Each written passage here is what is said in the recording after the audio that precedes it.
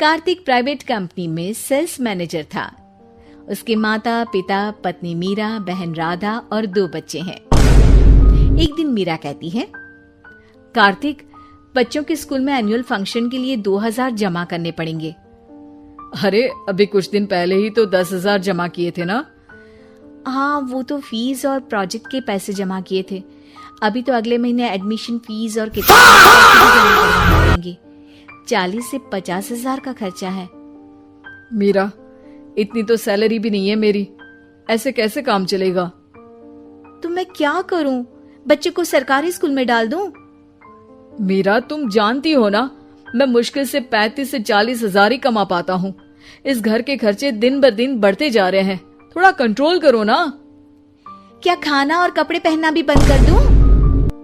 मैं ऐसा नहीं कह रहा हूँ मीरा। तुम जानती हो राधा का भी पोस्ट ग्रेजुएशन पूरा होने वाला है। घर के खर्चों के साथ उसकी शादी की जिम्मेदारी भी उठानी है। मेरे बच्चों की पढ़ाई से ज्यादा इम्पोर्टेंट राधा की शादी है, तो करो जो मन में आए। मैं बोझ लगती हूँ तो मैं बच्चों के साथ अपने मायके चली जाती हूँ। तुम्हारी सारी मुसीबतें ही खत्म हो जाएगी। मीरा, मुझसे बहस मत करो। सुबह सुबह ऑफिस जाने के टाइम पर ही कलेश करके दिन मत खराब करो। इतना बोलकर कार्तिक वहां से चला जाता है। तभी, कार्तिक बेटा, ऑफिस जा रहे हो? मेरी दवाइयाँ लेते आना। और बेटा, बिजली का भी बिल 2 महीने से जमा नहीं हुआ, इसे भी आज जमा करवा देना। जी पिताजी, लाइए बिजली का बिल। 4,600 रुपए बिजली का बिल आया है। मेरा राधा, कितना ज्यादा बिल आया है। भैया, का बिल है और मैं तो सिर्फ फोन चार्ज करती हूँ। अरे बेटा, मैं तो गीजर से पानी गर्म करने के अलावा मेरे कमरे में एक पंखा और एक लाइट ही तो जलते हैं। मीरा, तो फिर इतना बिल कैसे आया? हाँ, सारा इल्जाम मेरे पर ही लगा दो ना। भाभी, आप भी तो एसी चलाती हो, उससे भी बिजली का बिल बहुत ज्यादा आता है ना। एसी मेरे मायके से आई है और वो भी अब सबकी आंखों में खटकने लगी है। मीरा, अपना मुंह बंद करो और आज के बाद तुम एसी नहीं चलाओगी।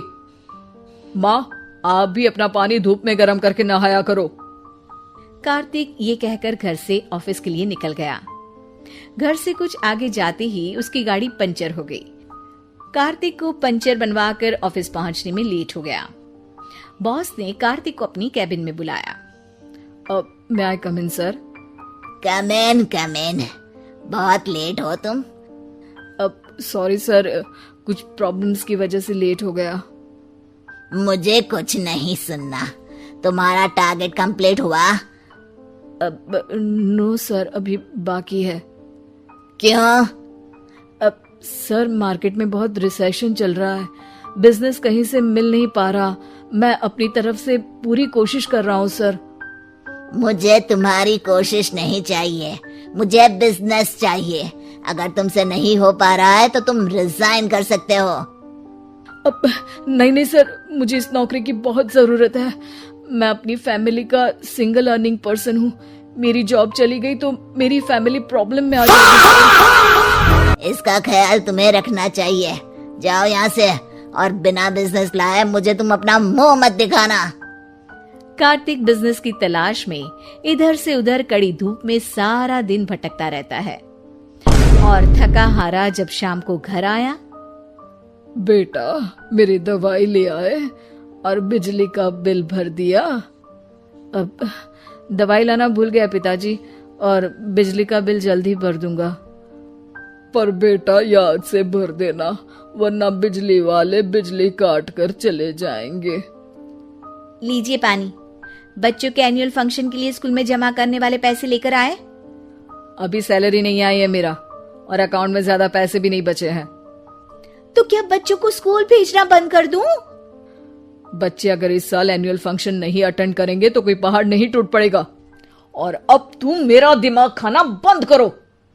अरे, आप मुझ पर क्यों चिल्ला रहे हैं? कार्तिक गुस्से में घर से बाहर चला जाता है। अब मीरा रोने लगती है। भाभी, आप रोइए मत, टेंशन लेने से कुछ नहीं होगा। पर राधा, घर के भी खर्चे हैं, कार्तिक के गुस्सा करने से घर के खर्चे नहीं पूरे होंगे। पर मीरा बेटा, लड़ाई करने से भी कोई समाधान नहीं मिलेगा, उल्टा घर का माहौल ही खराब होगा। पर मुझे लगता है हमें भी घर के खर्चों में हाथ बढ़ाना चाहिए। मुझे योगा सेंटर में जॉब का ऑफर मिला है, मैं कल से ही जॉब ज्वाइन कर लूंगी। वैसे तो मुझे भी सिलाई आती है, मैं भी लोगों के कपड़े सिलना शुरू कर देती हूँ। हाँ बेटा, मैं भी तुम्हारा घर के कामों में हाथ बटा दिया करूंगी और काज बटन लगाकर सिलाई करने में भी सहायता करूंगी।